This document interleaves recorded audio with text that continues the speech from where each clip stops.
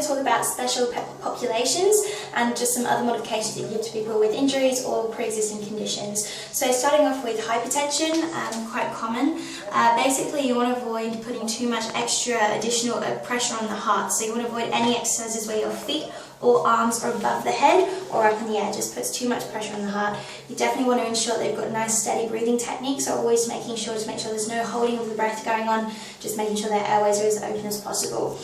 Secondly, lower back pain, again very common, so you want to make sure there's no direct pressure on the lower back, so definitely stay clear of exercise such as deadlifts, weighted unsupported squats and things like that. A great modification you can use is a football, always placing the football just behind on the lower back, means that you then incorporate squats. You can even have that in position giving a bicep curl, shoulder press, or stay away from the shoulder press, sorry, bicep curls and a raise, just making sure that they're in that nice position.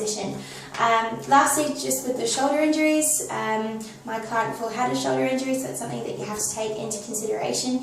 So you basically want to make sure that you're taking away any exercises that are completely unsupported, such as a lat pull down, so when you're directly pulling down, there's no support there to keep it in place. Bench press, you want to avoid going too deep and too heavy, and shrugs as well. So I would stay on fixed resistance machines to make sure you've got the support there, and then it's okay to go for a chest press and a shoulder press, as everything's making sure they've got correct posture and everything's in the right place.